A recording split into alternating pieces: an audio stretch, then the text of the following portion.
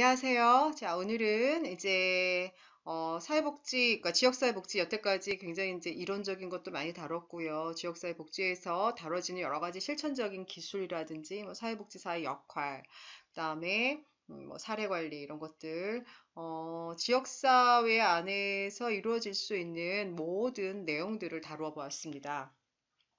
이제부터 이제 남은 3주 동안에는 실제로 이제 지역사회 복지에서 우리가 배웠던 내용들을 실천하고 있는 기관들에 대해서 살펴보도록 할 거예요. 그래서 오늘은 그 첫째 시간, 사회복지관에 대해서 알아보도록 하겠습니다. 사회복지관에 대해서 알아보도록 하죠. 자, 사회복지관에 대한 개요를 한번 살펴보도록 하겠습니다. 자, 우선 이제 사회복지관 개념을 이해하기 전에 여러분들, 우리나라의 가장 물론 이제 사회복지관이 이제 태화 여자관이 가장 먼저 건립됐다라고는 하지만 이제 그것 이외에도 뭐 반열반이라든지 뭐 이런 곳들이 먼저 건립이 되긴 했습니다. 하지만 1921년에 태화 여자관이라고 하는 것을 건립하면서 이게 이제 아동에서부터 노인에 이르기까지 굉장히 폭넓은 대상으로 민간 영역에서 사회복지를 전달하는 굉장히 어떤 중추적인 역할을 해온 우리나라 사회복지에 있어서 특히 지역사회 복지에 있어서는 굉장히 대표적인 그런 시설입니다. 그래서 여러분들이 아마 태화 여자관 또는 그렇죠. 최초 명칭은 태화 여자관이었습니다. 그래서 태화 여자관이 1921년에 만들어졌어요. 그래서 이거에 대해서는 아마 여러분들이 들어본 바가 있을 거라고 봅니다. 지금은 이제 태화 여자관이 이제 명칭을 바꿨습니다. 그래서 태화 기독교 사회복지관. 으로 바뀌었다가 지금은요 태화 사회복지관으로 여기 뒤에 제가 하나 이렇게 태화 기독교 사회복지관 이렇게 되어 있네요. 이렇게 이름이 명칭이 바뀌었어요. 그래서 지금 현재 이제 수서에 위치하고 있습니다. 그래서 이 태화 기독교 사회복지관은 굉장히 역사가 깊은 어떻게 보면 이제 지역사회복지의 어떤 역사를 대표해 줄 수 있는 대표적인 기관이기 때문에 제가 이렇게 말씀을 드립니다. 여기 이제 예전에 이렇게 태화 여자관 자체가 이제 선교사들에 의해서 만들어진 그런 기관입니다. 그래서 처음에는 지역사회 내에서 이제 보육 뭐 이런 것들, 또 이제 교화 사업 이런 것들을 중심으로 사업을 하다가 점점 확대되고 특히나 이제 6.25 이후에 외원 단체들이 이제 많이 들어오면서 사회복지가 발달하기 시작을 했어요. 이제 그러면서 점점 사업을 확대하였습니다. 지금은 이제 굉장히 큰 그런 사회복지 기관이 되어 있습니다. 그래서 여러분들이 한번 눈여겨보시고 혹시라도 이제 지역사회복지나 또 사회복지관에 취업을 희망하고자 하는 학생분이 계시면은 태화 기독교 사회복지관이 굉장히 여러 가지 뭐 처우라든지 여러 가지 뭐 전문성이라든지 이런 측면에서 굉장히 좋은 곳이라고 알고 있기 때문에 한번 관심을 갖고 보시면 좋을 것 같습니다. 자, 사회복지관은 이제 말 그대로 지역사회의 어떤 특성을 반영하여서 지역사회 또 주민들이 갖고 있는 여러 가지 문제나 욕구를 잘 파악해서 필요한 것들을 계획을 수립하여서 지역사회 문제를 해결하기 위한 또 지역사회 주민들의 욕구를 충족시켜주기 위한 여러 가지 서비스를 제공하는 이제 그런 기관이에요, 기본적으로. 그러기 위해서 지역 주민의 적극적인 참여 를 또 필요로 하죠. 여러 가지 봉사활동이라든지 주민 조직 활동을 통한 주민의 참여를 통하여 지역사회 문제를 능동적으로 해결하기 위한 이제 그러한 기관이다라고 볼 수 있습니다.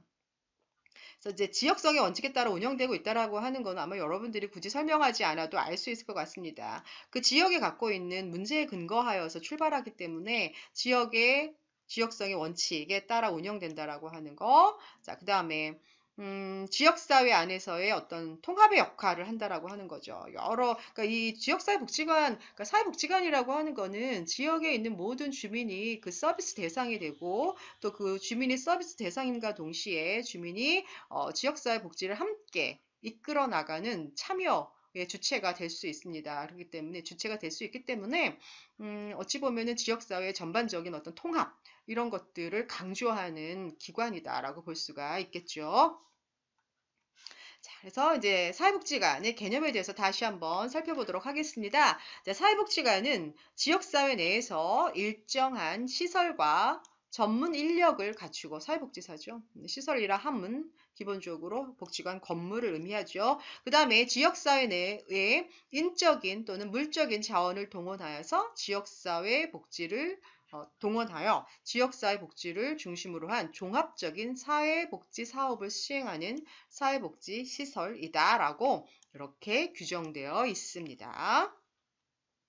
2005년에는 이제 제가 전에도 한번 말씀드렸지만은 모든 사업이 많은 부분이 그러니까는 중앙에서 하던 것들이 지방으로 많이 이양되었어요. 지방 사업으로 이양이 되면서 기존에는 이제 국가에서 전부 전액 지원을 받던 것들을 이제 지방세 그걸 우리가 분권교부세라고 합니다. 여러분들 지방세로 재정 지원 방식이 변경이 되었다라고 하는 거 그래서 예전에는 2005년 이전에는 전액 국고 지원이었어요. 여러분들 국고가 이제 국고가 지원이 된다라고 하는 거는 주로 이제 시설 운영비, 인건비 등이 지원이 되는 거예요. 근데 이것들을 이제는 지방에서 지원하는 형식으로 2005년에 그렇게 바뀌었다라고 하는 겁니다.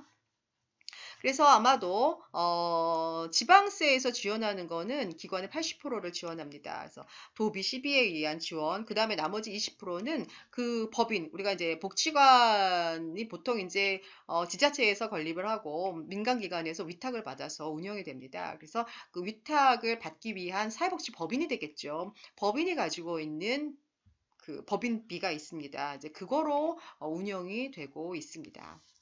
그래서 이제 지방 교부세라는 것이 이제 이런 거다라고 하는 거, 일정 금액을 이제 지자체에서 재정력을 발휘하여서 지원해 주는 것을 우리가 지방 교부세라고 합니다. 이게 안 옮겨지네. 옮겨집니다. 자, 이런 것들을 우리가 지방 교부세다. 지방 이양 사업으로 되면서 그렇죠. 이제 우리가 이제 지역사회 보장 협의체, 지역사회 보장 계획 수립 이런 것들이 되면서 많은 부분 이제 지방으로 사업들이 많이 이양이 되었어요. 그러면서 이제 지방에 있는 이제 지역의 그런 재정으로 운영이 되고 있습니다. 그런 걸 의미합니다. 자, 그래서 사회복지관의 이제 설립 목표를 보시면 이제 앞서 얘기했던 내용과 크게 다르지 않습니다. 그래서 사회복지관은 사회복지 서비스를 요구하는 모든 지역사회 주민을 대상으로 하는 보호 서비스를 제공을 하고요. 그 다음에 재가복지 서비스를 제공을 합니다. 그러니까 지역에 살고 있는 재가복지 서비스의 대상은 주로 이제 취약계층을 대상으로 합니다. 주로 이제 장애인, 노인, 아니면 소년, 소녀, 가정세대와 같이 뭔가 돌봄을 집에 살면서 돌봄을 필요로 하는 그런 대상자들을 중심으로 다양한 서비스를 제공하는 것, 그 다음에 지역사회 주민들의 자립능력 배양을 하기 위한 다양한 직업교육 훈련을 비롯한 교육훈련 등을 제공을 합니다.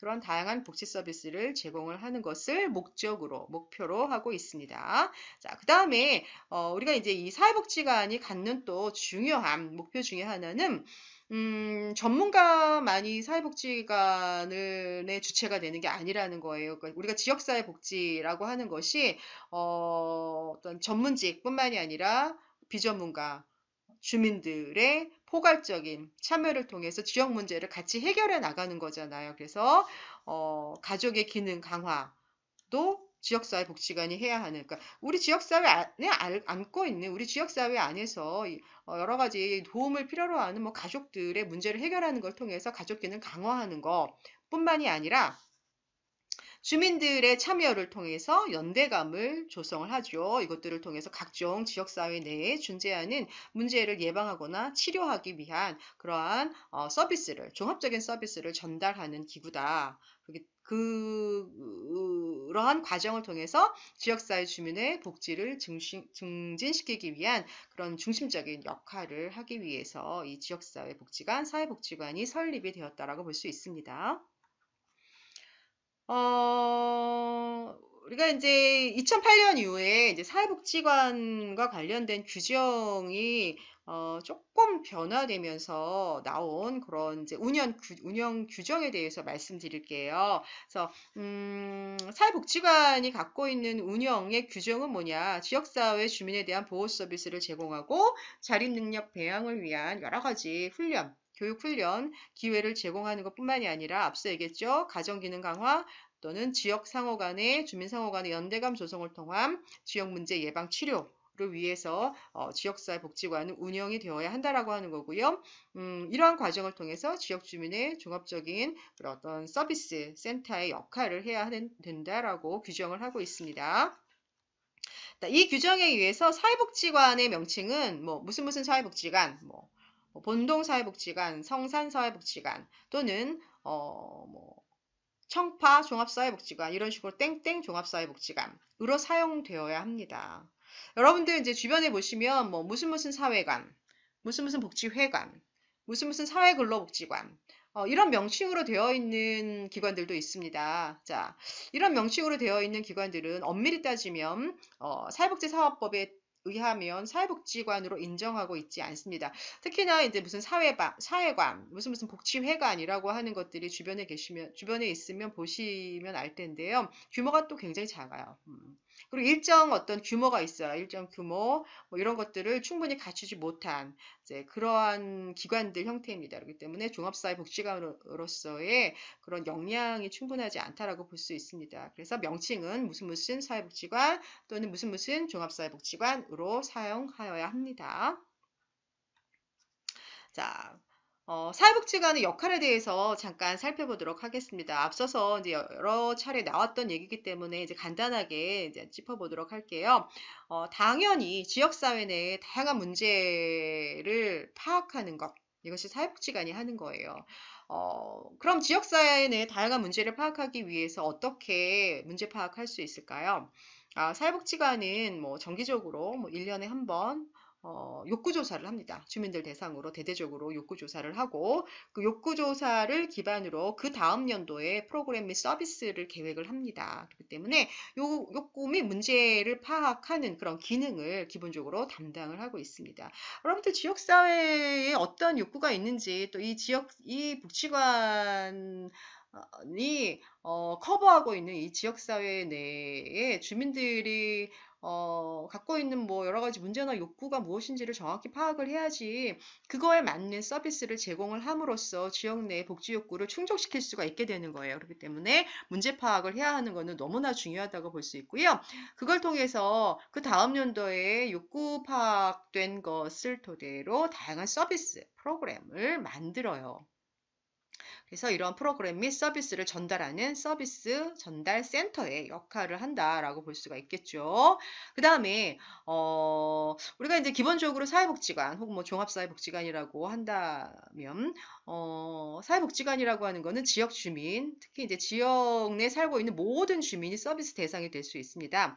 하지만 우선적으로 지역사회 내에 서비스를 제공하기 위해서 사회복지관은 지역사회 내 취약계층, 뭐 빈곤 가정, 아니면 아동, 노인, 청소년, 청소년은 아니고 장애인, 뭐 이러한 뭐 아니면 특별한 어떤 서비스를 필요로 하는 뭐 한부모 가정이라든지 조성 가정이라든지 뭐 이러한 가정들 중심으로 좀 더 집중적인 우선적인 서비스를 제공을 하고 있습니다. 그렇기 때문에 지역사회 내에 이제 주민 중에 또 이제 특별한 욕구가 있거나 아니면 욕구가 시급한 그러한 대상자들을 중심으로 다양한 서비스를 전달할 뿐만 아니라 우리 그랬죠. 이런 얘기 많이 들어봤잖아요. 그렇죠?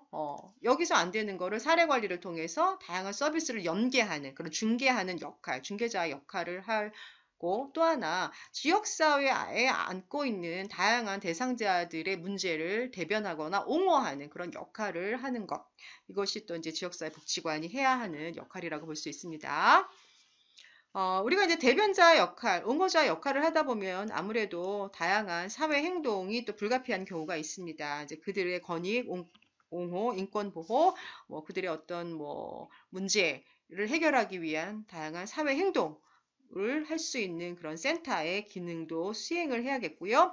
뿐만 아니라 우리가 사회복지관이라고 하는 거는 지역사회 주민이 전체 대상이 될 수 있기 때문에 그 주민들 중에는 뭐 일부 그런 어떤 취약계층이 있어서 그들의 욕구를 해결하기 위한 다양한 서비스들, 뭐 프로그램들을 제공하기도 하지만 뭐 일반 주민들을 위해서는 여러 가지 뭐 교육 프로그램, 사회 문화 프로그램 이런 것들을 제공을 하는 그런 역할을 하죠. 그래서 여러분들 복지관에서 무슨 뭐 피아노 교실도 하기도 하고 노래 교실 하기도 하고 뭐 여러 가지 댄스, 에어로빅, 생활체육 뭐 이런 것들 많이 하잖아요. 물론 이제 일반 주민들이 이용할 때는 이용료를 조금 내긴 합니다. 그래서 여러 가지 사회 교육, 문화와 관련된 그런 프로그램을 제공하는 그런 센터의 기능을 하고 있고요. 그다음에 지역 사회 내에 꼭 이제 뭐 어떤 문제가 있는 것뿐만이 아니라 이제 지역 사회 내에 어떤 행사가 있거나 그랬을 때 이 복지관의 시설을 사용할 수 있게끔 하는 이제 시설을 공동으로 이용할 수 있게끔 하는 이제 그러한 역할을 또 하기도 합니다. 뭐 예를 들면 뭐 추석 이라든지 뭐 대보름 뭐 이런 뭐 지금 딱 생각나는 게 그건데 그럴 때 이제 지역 주민 송편 만들기 뭐 아니면 뭐 전통 놀이를 같이 한다거나 지역사회 복지관에서 뭐 이런 것들 그래서 시설을 공동으로 이용할 수 있게끔 하는 그런 센터의 기능을 하고요. 무엇보다도 이제 취약한 집단에 대해서 그러니까 직업 안정을 꾀하는 센터다. 우리 이제 이 지역사회복지관, 특히 사회복지관이 가지고 있는 사업들 중에 하나가 자활사업이 있어요. 자활사업이라고 하는 거는 저소득, 이제 빈곤 계층의 직업 안정을 위한 뭐 직업 훈련, 뭐 교육, 직업 알선, 뭐 취업 지도 뭐 이런 것들 뭐 여러 가지 직업과 관련된 이제 그러한 프로그램들을 운영을 하고 있습니다. 그래서 이들에 대한 경제적 자립을 지원하기 위한 그런 서비스를 제공하는 센터의 기능을 할 뿐만이 아니라 그러니까 이 사회복지관은 이제 기본적으로 사회복지관의 기본적으로 이제 지역사회 지역에서의 재원과 그다음에 사회복지관이 갖고 있는 자체의 법인 비용과 그다음에 그것만으로도 우리가 충분하게 대상자들에게 서비스를 전달하기가 충분하지가 않아요. 그렇기 때문에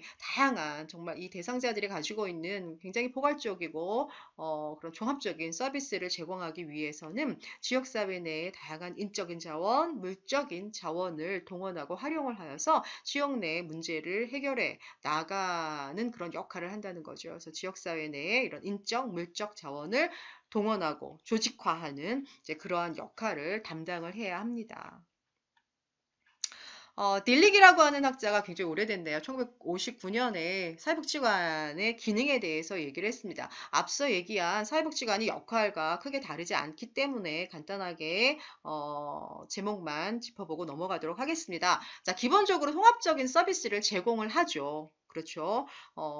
욕구가 있는 주민들을 대상으로 여러 가지 통합적인 또는 포괄적인 서비스를 제공을 하는 거죠. 그러기 위해서는 서비스를 연계하거나 조정하는 또는 타 기관과 조정하고 다른 지역사회 내에 여러 가지 인적 물적인 그런 체계들과 서비스를 조정하는 특히 사례 관리죠. 이게 통합적인 서비스를 제공한다, 서비스를 조정한다라고 하는 거는 기본적으로 사례 관리 역할이에요. 그래서 욕구가 있는 주민들의 욕구를 해결하기 위해서 이러한 서비스 조정 및 통합 서비스 제공하는 이런 역할을 하는 겁니다. 이러한 과정을 통해서 지역이 가지고 있는 문제를 해결하는 그런 역할을 하는 거죠. 또 그러기 위해서는 이 기관 자체의 노력뿐만이 아니라 이 지역사회에 살고 있는 주민의 다각적인 참여를 통해서 공통적으로 지역사회 문제를 해결해 나가는 거죠. 이제 그러기 위해서는 주민을 뭐 한다? 조직화한다. 공통적인 집단을 구성한다. 이런 의미입니다. 자, 그 다음에 그래서 복지관이라고 하는 것은 어찌 보면 주민을 대상으로 하는 기관이지만 주민을 위한, 그쵸? 어서 많이 들어봤네요. 그죠? 자, 그런 기관이에요. 그렇기 때문에 주민을 위한 이긴 하지만 주민이 참여하고, 새로운 문제가 생겼을 때 같이 협의를 하고, 뭔가 목표를 만들고, 목표가 또 해결되었을 때는 새로운 목표를 수정하고, 또 새로운 지역 내 문제를 해결하기 위한 여러 가지 전략들을 세우고, 이렇게 주민들의 참여를 위해서 지역의 문제는 해결할 수 있습니다. 그러한 과정 속에서 지역사회복지관이 그들이 참여할 수 있고, 그들이 조직화할 수 있고, 그들이 뭔가 전략을 세워서 지역 문제를 해결해 나갈 수 있게끔 도와주는 그러한 역할을 하는 거예요. 그래서 우리 앞서 많이 배웠던 내용이죠. 주민 조직화에서 많이 우리가 다뤘어요. 그래서 주민을 조직화하는 이 사업 자체가 또 이 사회복지관이 하는 굉장히 중요한 기능 중에 하나예요. 뒤에 또 다시 자세하게 나오니까 그때 가서 좀 더 구체적으로 살펴보도록 하겠습니다. 자, 그러기 위해서는 지역사회에 여러 가지 해결해야 할 목표, 세우고 또 수정을 같이 하는 거죠. 또 새로운 목표를 도출하여서 어떤 새로운 전략을 세워서 지역 내 문제를 해결하기 위한 그런 역할을 해내는 거라고 볼 수 있습니다. 자, 사회복지관의 이제 현황에 대해서 한번 살펴볼게요. 우선 설치 및 운영 주체에 대해서 살펴볼게요. 자, 사회복지관의 설치는 지방자치단체가 설치하고 운영할 수 있습니다. 그 다음에 사회복지법인이 설치하고 운영할 수 있습니다. 그 다음에 기타 비영리 법인이 설치하고 운영할 수 있습니다. 그 다음에 지방자치단체가 설치한 후 사회복지법인에 위탁 운영합니다. 자, 이와 같은 형태는 어떤 형태냐면 관에서 설치하고 관에서 운영한다 해서 관립관형이라고 볼 수 있죠. 자, 이 사회복지법인 및 비영리법인은 모두 민간기관이에요. 그렇기 때문에 민간에서 설치하고 민간에서 운영하면 밀립민영이라고 볼 수 있습니다. 그 다음에 지자체가 설치하고 기타 법인에 위탁 운영을 주는 형태는 관에서 설치하고 민에서 운영을 한다 해서 관립민영의 형태라고 볼 수 있습니다. 실은 지금 현재 많은 사회복지기관은 이 두 번째 유형에 속합니다. 대체로 지자체에서 사회복지관을 만들어요. 우리 지역사회보장협의체에서 그 얘기 다뤘죠. 그래서 지역사회 복지욕구를 지자체에서 조사를 하고 그 다음에 필요한 것들을 설치하고 그에 드는 재원을 이렇게 연차별로 분배한다라는 얘기했죠. 그래서 필요한 그러한 센터라든지 기관들을 만들어요. 특히 종합사회복지관은 규모가 크고 비용이 많이 들기 때문에 지자체의 그런 복지 예산으로 설치를 해요. 그 다음에 설치를 한 다음에 지자체가 직접 운영하기보다는 신뢰가 있는 사회복지법인에 맡기는 거죠. 위탁 운영을 주죠. 그쵸. 그래서 지금의 요 두 번째 형태가 이제 가장 보편적인 형태라고 볼 수 있어요. 기타 지방자치단체가 위탁을 받아 설치를 한대요.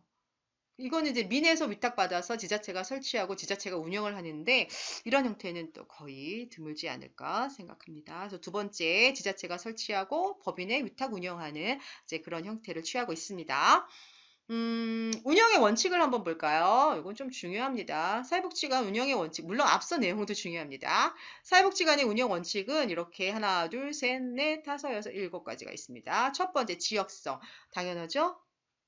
지역의 문제를 해결하는 거예요. 그러기 위해서는 지역의 주민이 적극적으로 참여하고 능동적으로 참여해서 지역 주민이 지역 문제를 해결하는 데에서 역할, 책임 이런 것들을 담당을 해야 하는 거예요. 그러면서 지역의 문제를 그들이 함께 스스로 해결해 나갈 수 있게끔 하는 이제 그러한 원칙이 있습니다.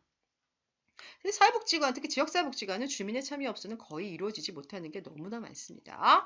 그 다음에 전문가, 즉 사회복지관 앞서서 얘기했지만 사회복지관이라고 하는 거는 일정한 시설과 전문적인 인력을 갖춘 곳이어야 한다라고 되어 있어요. 그래서 사회복지에 관한 지식과 기술을 보유한 사회복지사가 모든 사업을 총괄 시행을 해야 하는 그러한 역할 담당해야 된다라고 하는 거죠. 그 다음에 사회복지 사업, 특히나 지역사회에서 이 사회복지관에서 다루어지고 있는 많은 서비스나 프로그램, 이러한 사업들은 지역사회 주민의 문제를 해결하고 그들의 복지를 증진하기 위해 이루어져야 됩니다. 시행되어야 합니다. 자, 그러기 위해서는 실제 그것들이 효과가 있는지, 효율적으로 그러한 사업들이 진행이 되고 있는지 반드시 사업에 대한 평가가 이루어져야 된다는 거죠. 왜?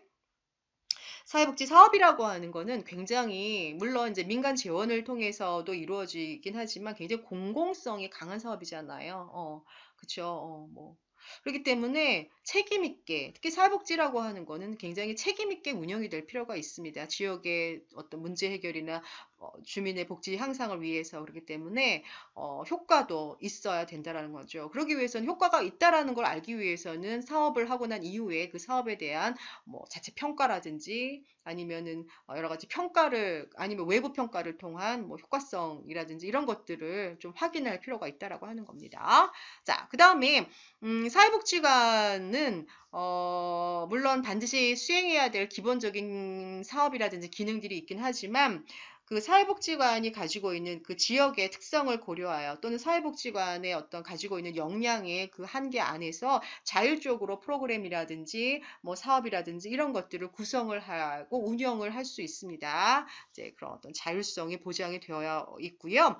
그 다음에 지역사회의 어떤 문제를 해결하고 지역 주민의 복지 욕구를 충족시키기 위해서 지역사회 내외에 여러 가지 그러니까 사회복지관이 가지고 있는 또는 그 사회복지관 자체의 자원이라든지 아니면 지역사회 내 여러 가지 자원들을 서로 연계하고 통합하고 조정하는 과정을 통해서 지역사회 주민들에게 통합적인 서비스를 제공할 필요가 있는 거죠. 이게 사례관리 아닙니까? 그죠? 그러기 위해서는 이러한 지역사회 내 여러 기관과 연계, 조정, 통합 이런 것들이 극대화될 필요가 있습니다. 그러기 위해서는 지역사회 내에 복지 자원을 최대한 동원하고 활용을 해야 합니다. 사회복지관은 이제 그러한 운영 원칙에 의해서 지금 이제 지역사회 내에 복지 문제를 해결해 나가고 있고요.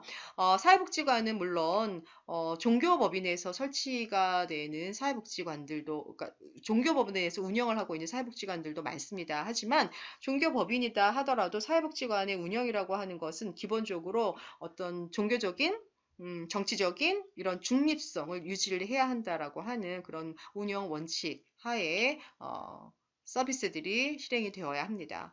여기에는 빠졌지만 또 하나를 따진다면은 투명성이 있겠죠. 투명성이라고 하는 건 뭐예요, 여러분들? 재원의 어떤 이런 활용이라든지 이런 것들을 투명하게 해야 한다라고 하는 거, 뭐 여러 가지 기부금을 받거나 후원을 받거나 하는 이러한 모든 것들을 투명하게 운영을 해야 한다라고 하는 원칙 하에 사회복지관이 운영이 되어야 합니다.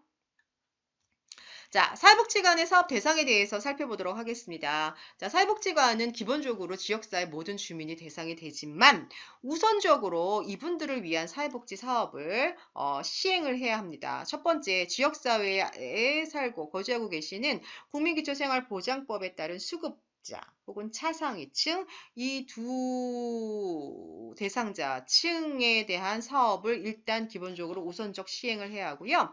그 다음에 지역사회 안에 계신 장애인, 노인, 한부모 가족 및 다문화 가족을 대상으로 우선 사업을 시행을 해야 합니다. 그 다음에 지역사회 내에 취업이 필요한 사람들, 주로 이분들은 요분들이세요.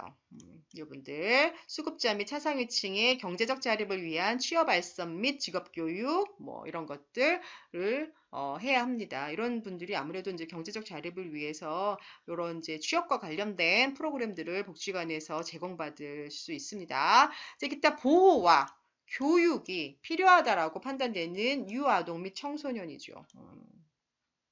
자, 그 다음에 또는 사회복지관의 사회복지 서비스를 우선 제공할 필요가 있다라고 인정되는 분들이 계십니다.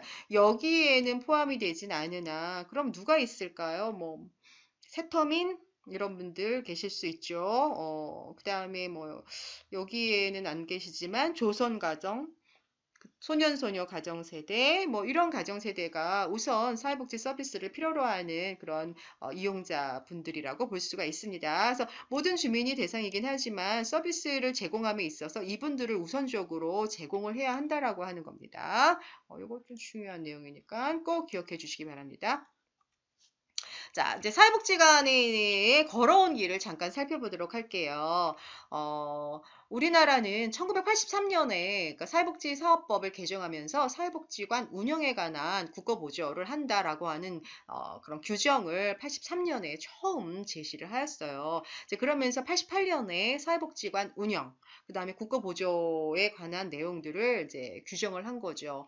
그러면서 사회복지관을 만들기 시작하였습니다. 특히나 1989년에 이제 사회복지관 설치 운영에 관한 규정을 제정하면서 이 이후부터는 사회복지관이 굉장히 많이 생기기 시작하였습니다. 물론 이제 그 이전에도 이제 사회복지관이 이제 있긴 하였지만 그 수나 규모나 이런 것은 굉장히 적었다고 할 수 있어요. 그 다음에 국고보조도 잘 되지 않은 형태로 되어 있다가 88년도 이후에 이제 국고보조가 본격적으로 시행이 되었고, 이러한 과정 속에서 89년 이후부터는 이제 사회복지관 설치 운영에 관한 규정을 제대로 마련을 하였어요. 그래서 특히나 지역사회 내에 뭐 저소득 가구가 300가구 이상인 그런 지역사회에는 반드시 사회복지관을 설치해야 한다거나 아니면 그 당시에 이제 88년, 89년 이후부터 우리가 이제 이 주택난, 특히 이제 저소득 가구의 주택난 해결을 하기 위해서 영구임대 주택을 굉장히 많이 만들기 시작하였습니다. 그래서 영구임대 주택이 저소득 주택이잖아요. 그렇기 때문에 이 영구임대주택 단지를 건립하면서 반드시 사회복지관을 설치해야 한다라고 하는 규정을 의무화하면서 굉장히 사회복지관들이 많이 생겨났습니다. 그다음에 90년대에 들어서는 뭐 여러 가지 뭐 아동시설이라든지 뭐 노인 장애인 시설의 증가는 많진 않았지만은 특히 종합사회복지관이 굉장히 많이 늘어났다는 거예요. 특히 이제 종합사회복지관뿐만이 아니라 노인 종합사회복지관, 장애인 종합사회복지관이 굉장히 많이 증설되었어요. 그러면서 이제 복지관이 의 성장기라고 볼 수 있는 시기가 90년대라고 볼 수가 있습니다. 이 증가폭이 이제 굉장히 괄목할 만하다라고 볼 수가 있습니다.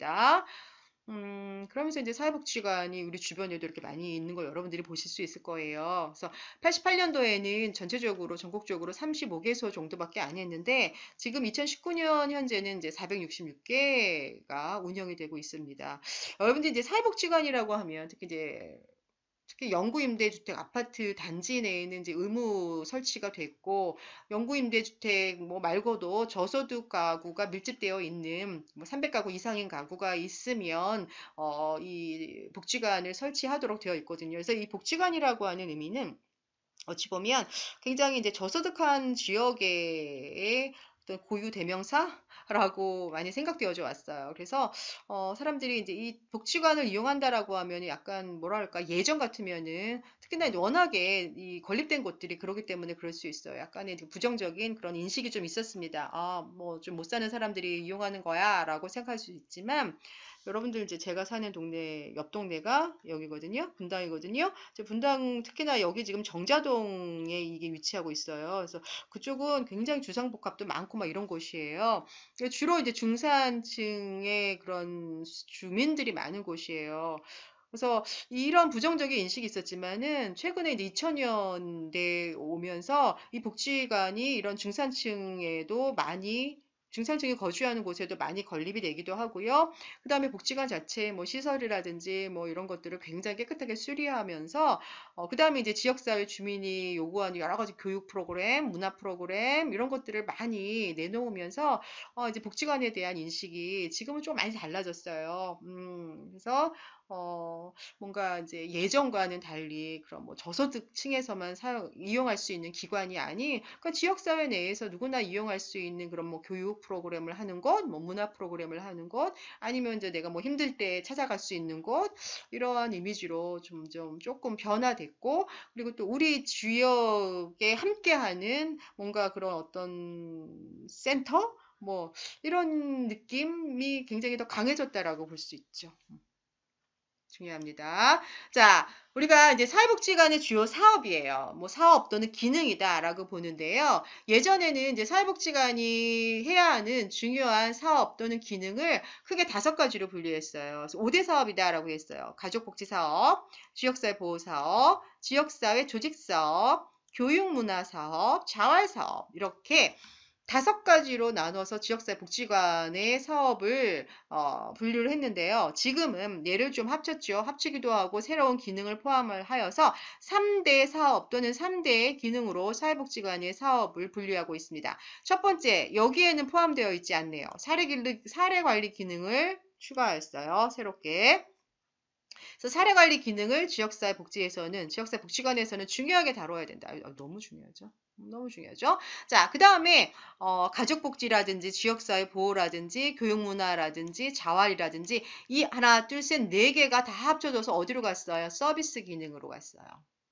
가족복지 서비스, 지역사회 보호 서비스, 교육문화 서비스, 자활 서비스, 서비스 제공 기능으로 이 4가지가 합쳐졌고요. 그 다음에 지역사회 조직사업은 그대로 남아있어서 지역사회 조직화 기능으로 서비스, 그러니까 기능 분류가 되어 있습니다. 그래서 지금은 사회복지관의 3대 중요한 기능이다, 사업이다 하면은 사례관리, 서비스 제공, 지역 조직화 이렇게 3가지로 구분하여서 서비스들이 제공이 되고 있습니다. 자, 여러분들 굉장히 많지만 여러분들이 반드시 지역사회복지관 공부하시면 아셔야 되는 내용들이기 때문에 조금 다루도록 하겠습니다. 3대 기능 중심으로 다루도록 하겠습니다. 첫 번째, 사례관리 기능. 우리 지난 시간에 사례관리에 대해서 배웠죠? 사회복지관이 해야 하는 대상자들의 특히나 이제 여러 가지 우선 사업 대상자들이 가지고 있는 욕구와 문제를 해결하기 위한 다양한 서비스를 제공하고 통합 서비스를 제공하고 원스톱으로 통합 서비스를 제공한다. 그러기 위해서는 자원을 연계한다. 조정한다. 이게 뭐 하는 거예요? 사례 관리하는 거죠? 이거 하는 거죠. 굉장히 중요한 기능이에요. 그래서 사례 관리는 우선 사례를 발굴하고 지역사회 내에 어떤 사람이 지금 현재 개입이 필요하냐를 발굴할 필요가 있는 거죠. 뭐 옆집 아줌마가 복지관에 이런 분이 계신데요. 서비스를 좀 해줬으면 좋겠어요. 라고 얘기할 수 있어요. 그럼 찾아가요. 가정 방문하는 거. 이게 다 사례 발굴하는 과정입니다.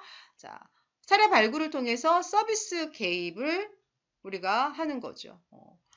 여러 가지 문제 욕구를 통해서 맞춤형 서비스를 통합적으로 제공을 해야겠죠. 사례 개입을 하고 필요한 경우에 지역사회의 여러 가지 자원에 연계하는 거, 의뢰하는 거. 연계뿐만이 아니라 의뢰하는 것도 서비스 연계의 기능이라고 할 수 있습니다. 그래서 사례 관리 이렇게 이루어지고 있습니다. 자, 여러분들 이거는 다 이해하실 거라고 봅니다. 자, 그 다음에 앞서 얘기한 이러한 네 가지의 서비스가 서비스 제공 기능으로 하나로 합쳐졌습니다. 그래서 이렇게 다시 네 가지로 분류가 되어서 설명이 됩니다. 그래서 서비스 제공 기능 첫 번째, 가족 기능 강화 사업이 있습니다. 지역사회 내에 우리가 이제 기본적으로 이제 가족들이 있잖아요. 그죠? 그래서 가족들이 가지고 있는 문제를 해결을 해주는 거예요. 뭐 여러 가지 교육, 부모 교육, 가족 교육, 부모 상담, 아니면 아동, 아니면 부모 자녀 간 상담, 문제 해결을 위한 치료, 여러 가지 서비스를 통해서 가족이 가지고 있는 그런 문제를 해결하게 주기 위한 역할이에요. 그래서 가족의 기능을 강화한다라고 하는 거는 어찌 보면 지역사회를 이루고 있는 가장 어떤 최소의 단위라고 볼 수 있죠. 그런 최소의 단위들의 그런 기능을 탄탄하게 해줌으로써 지역사회 내의 문제를 예방하는, 해결하는 그런 기능을 하는 거라고 볼 수 있어요. 그리고 그래서 반드시 해결해야 될 게 가족 문제 해결입니다. 그래서 가족의 관계 증진 사업을 하죠. 의사소통, 이런 역할, 이런 것들을 잘할 수 있게끔 프로그램을 제공하는 거예요. 상담, 프로그램. 상담도 하고, 치료도 하고, 프로그램도 하고, 제공하고, 부모 간 의사소통, 개선 프로그램, 이런 거 참여시키도록 하기도 하고, 아니면 부모 교육을 하기도 하고, 이런 모든 기능을 하는 거죠. 그걸 통해서 가족 관계를 증진하는 그런 기능을 하고요. 가족 기능 보완 사업이에요. 이거는 뭐냐면 여러분들 이제 가족 관계를 증진하는 것 이외에 이제 가족이 해야 하는 업무 중에 가족이 정말 해야 되는 것 중에 가장 최소한이고 대표적인 게 뭐예요? 가족들을 부양하고 양육하는 거잖아요. 보호하는 거. 이제 요것이 잘 안 될 때 맞벌이야. 그런데 요것이 부모가 없는 동안에 이제 애들을 돌볼 수가 없어요. 이게 뭐야? 가족의 기능을 그러면 애들을 돌봐주면은 아이들이 어때? 부모님들이 맘 놓고 일할 수 있죠? 이게 가족의 기능의 일부분을 보완해 주는 거잖아요. 어디서 많이 들은 말인데 어디서 들어봤어요? 카드시네. 아동복지론에서 카두신이 얘기한 여러 가지 아동복지 사업 중에 그렇죠. 보충적 서비스가 이런 내용이잖아요. 그래서 가족의 일부분의 기능을 대신해 주는 거죠. 그게 뭐예요? 돌봄 사업이 되는 거죠. 돌봄 서비스를 제공을 하는 거죠. 이런 가족 기능 사업 뿐만 아니라 이제 가족 문제를 해결하고 치료하는 여러 가지 치료 사업, 상담 사업이 여기에 해당이 되는 거고요. 그 다음에 부양가족 지원 사업은요. 보호대상 가족을 돌보는 가족원의 부양 부담을 줄여주는 거죠. 이게 쉽게 말하면 재가 사업이라고 볼 수 있어요. 어르신이 혼자 계시는데 돌봐줄 분이 없어요. 가족들이 다 일을 나갔어요. 그랬을 때 어르신을 돌봐준다거나 하는 이런 모든 것들이 이제 가족의 부양 부담을 덜어주는 이제 그런 역할을 하는 거죠. 자, 그 다음에 이제 다문화 가정, 그 다음에 탈북 주민들에 대한 그들의 어떤 특성을 반영한 사업들, 이런 것들이 가족 기능 강화 사업에 해당이 되고요. 그 다음에 서비스 제공 기능의 두 번째는 지역사회 보호 사업이야. 지역사회 보호 사업은 주로 누구 대상이냐? 취약계층 대상.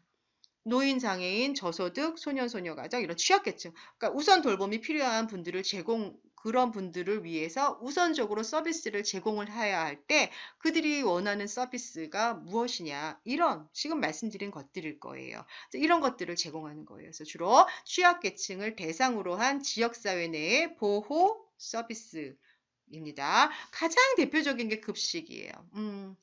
결식 아동이라든지 그다음에 뭐 요보 노인들을 대상으로 식사 서비스, 도시락 배달하는 거죠. 그다음에 보건의료 서비스는 이제 노인, 장애인, 저소득층을 대상으로 하여서 지역사회 복지관에서 뭐 의료진이 뭐 가서 뭐 여러 가지 연계된 의료진이 가서 돌봐주는 의료 서비스를 제공하는 무료로 검진해주는 이런 서비스, 경제적 지원, 후원, 그다음에 일상생활 지원하는 거죠. 그러니까 독립생활을 하지 못하는 분들 대상으로 집에 가서 뭐 청소를 해준다거나 뭐죠 이동하는 걸 도와준다거나 뭐 가사 지원을 해준다거나 뭐 이런 것들. 그 다음에 정서 지원은 그야말로 이제 정서 지원이죠. 말벗을 해준다거나 뭐 같이 이제 뭐 그런 뭐 상담을 해준다거나 이런 거예요. 특히 이제 지역사회 거주하시는 독거 어르신이라든지 소년소녀 가장 예, 이런 아이들에 대해서 이제 그런 뭐 말벗 서비스가 대표적인 거예요. 정서 지원 서비스는. 그래서 비물질적인 서비스다라고 할 수 있죠. 그 다음에 이제 잠깐 동안 이제 돌봐주는 역할을 하는 거죠. 특히나 이제 독립생활이 어려우신 그런 노인이나 장애인분들, 이런 분들, 특히 이제 일시적인 이제 보호가 필요한 노숙인 분들, 이런 분들을 대상으로 해서, 일시 보호 서비스예요. 그러니까 잠깐 동안 이제 거기서 숙식을 제공하는 그런 서비스를 제공하기도 하는데요. 이런 서비스를 하는 곳도 있고, 실은 뭐 모든 복지관이 이런 서비스를 하는 건 아니에요. 그 기관의 역량에 따라서 또 기관의 어떤 뭐 여건에 따라서 이 일시보호 서비스는 할 수도 있고 안 할 수도 있습니다. 자, 그 다음에 이제 재가봉사 서비스가 있습니다. 그래서 가서 돌봐주는 거죠. 노인, 장애인, 소년소녀 가정, 한부모 가정, 그래서 가족 기능에 취약한 가정에 대해서 가서 여러 가지 뭐 가사, 간병, 일상생활 지원 이런 것들을 해주는 이런 봉사 서비스를 제공하고 있습니다. 그래서 여러분들이 쭉 보시면 아시겠지만 그 지역사회 내 취약계층을 대상으로 한 서비스들이 주를 이루고 있습니다. 그 다음에 여러분들 이제 이 서비스 제공 기능 중에 또 세 번째죠. 세 번째는 교육문화사업 제공하고 있어요. 그래서 다양한, 이런 학원 가기 어려운 아이들을 대상으로 뭐 저렴한 비용 또는, 우선 사업 대상자들에게서는 무료로 교육문화 서비스를 제공하고 있는 거죠. 뭐 한글 교실, 무슨 교실부터 시작해서 피아노 뭐 이런 거 많이 운영하고 있잖아요. 그쵸? 자, 그다음에 성인들을 대상으로 한 성인 교육 문화 사업 같은 것들도 많이 하고 있고요. 또 여가 사업 같은 것도 하고 있죠. 취미 교실 같은 거 많이 운영하고 있잖아요. 그렇죠? 그다음에 문화복지. 이건 여가 오락 프로그램 같은 거. 뭐 지역 사회 내 여러 가지 행사, 뭐 연극, 뭐 이런 것들 다 여기서 할 수 있게끔 하는 이제 그러한 사업이 교육문화 사업입니다. 이런 거는 뭐 우리 복지관 뭐 리플렛, 팜플렛, 뭐 안내 전단지 이런 거 보면 굉장히 이런 사업들 많이 오잖아요. 그래서 이 중에 일부는 이제 일반 주민, 그러니까 우선 사업 대상자가 아닌 일반 주민들이 이용할 때는 일정 정도의 금액을 내고 이용하잖아요. 이제 그게 다 수익금이에요, 여러분들. 기관의 수익금으로 이제 기관이 이제 그 수익을 통해서 또 다른 이제 취약계층들을 위한 사업들을 펼쳐 나갈 수가 있게 되는 거죠. 이런 문화 사업이 있다는 거고요. 그 다음에 이 자활 사업 같은 경우에는 이제 취약계층 중에 근로를 희망하는 그래서 경제적 자립을 희망하는 지역사회 내에 대부분 이제 저소득, 그러니까 수급권자라든지 아니면 뭐 차상위 계층의 분들의 경제적 자립을 위한 직업 관련 프로그램입니다. 그래서 직업 훈련, 그렇죠. 여러 가지 이제 뭐 창업 및 취업과 관련돼서 뭐 직업 훈련 하는 그런 프로그램도 있고요. 뭐 취업 알선, 그다음에 직업 능력 개발. 특히나 이제 근로 능력이 낮으신 분들이 프로그램을 통해서 이제 직업을 얻어야겠다라고 하는 그런 이제 그런 동기를 심어주기 위한 그런 프로그램들이에요. 자, 그 다음에 뭐 그 밖에 특화 사업이라고 되어 있는데요. 실은 요거는 나중에 자활센터에서 다시 좀 더 구체적으로 다룰 거예요. 그래서 이 복지관에서 이 자활 사업을 대대적으로 하기도 하는 곳도 있지만, 자활 사업은 따로 자활기관에서 뚝 떼어서 하기도 합니다. 하지만 기본적으로 이런 직업 관련된 취업 발전이라든지 직업 능력 개발이라든지 이런 훈련 사업 이런 것들은 기본적으로 하고 있는 곳도 있고, 또 어떤 복지관에 따라서는 이것도 그 복지관의 여건에 따라서는 이 사업을 하지 않는 이제 그런 도 있습니다. 하지만 뭐 취업 알선이라든지 뭐 이런 것들, 그다음에 직업 훈련이라든지 이런 거는 연계해서 할 수 있으니까 얼마든지 가능하다라고 볼 수 있습니다. 그 다음에 마지막 기능 중에 하나가 지역 조직화예요. 주민 조직화 사업. 우리 이제 이거 너무 잘 알잖아요. 그렇죠? 자, 주민 조직화 사업. 대표적이죠. 주민들이 지역 문제 해결하기 위해서 같이 참여하는 거죠. 그러기 위해서 주민 역량 강화, 그 다음에 주민 의식을 높이기 위한 여러 가지 교육도 실시되고 있습니다. 자, 이걸 통해서 주민들이 지역사회 복지 문제를 스스로 해결해 나갈 수 있는 이제 그런 주체가 될 수 있게끔 도와주는 거죠. 자, 그 다음에 또 하나, 지역사회 안에는 이렇게 지역의 복지 네트워크를 구축을 해요. 왜요? 왜 그럴까요? 지역이 내내겠어요. 우리가 지역사회가 혼자서 이 복지관이 혼자서 지역 내의 문제를 해결할 수는 없어요. 그래서 다양한 기관 간의 연계를 통해서 서비스 조정을 통해서 지역사회 주민들에게 그런 포괄적인 서비스를 제공을 하고 있잖아요. 그러기 위해서는 지역사회 내 복지관, 그 다음에 지역 내의 다른 여러 가지 시설, 복지관, 기관 이런 분들과 이런 시설들과 복지 네트워크를 구축을 해야 해요. 그리고 그걸 통해서 뭔가 서비스를 제공하는 거에 있어서 효과성, 효율성 이런 것들을 우리가 담보할 수 있다는 거죠. 그래서 우리가 사회복지관은 이렇게 지역사회의 다양한 기관과 시설과 뭐 이런 조직체들과 네트워크를 구성을 해야 한다라고 하는 거죠. 그래서 복지 우산을 하나 만들어 놓는 거예요. 그래서 다양한 연계 사업을 실시하고요. 그 다음에 지역사회 내의 복지 욕구 조사를 통해서 복지 기관들과 또 네트워킹이 이루어질 수 있는 거죠. 이러이러한 사업을 하는데 우리 기관이 안 되기 때문에 우리 기관과 네트워킹된 기관들을 활용을 하는 그런 방안들을 모색하는 것 자체가 이제 복지 욕구 조사입니다.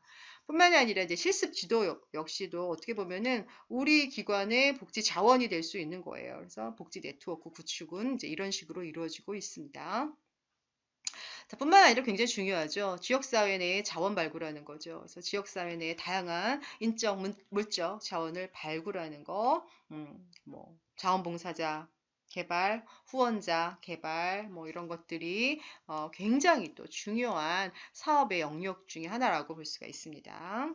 여러분들 꼭 이해하시기 바라겠고요. 자, 뭐 사회복지관 재정은 뭐 정부보조금이라고 하는 거는 지자체 보조금이라고 볼 수 있습니다.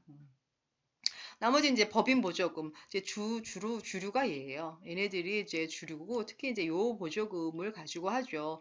어, 근데 이 보조금은 공공자원이잖아요. 그렇기 때문에 융통성 있게 사용하기가 어려워요. 그래서 운영비, 기본적 운영비와 인건비가 여기서 대부분이 나옵니다. 그래서 운영적으로 탄력적으로 뭔가 주민의 욕구에 부응하여서 서비스를 만들어서 이거를 뭔가 하고 싶을 때 탄력적으로 사용하기가 굉장히 어려워요. 공공자원이 갖고 있는 한계가 그거지 않습니까?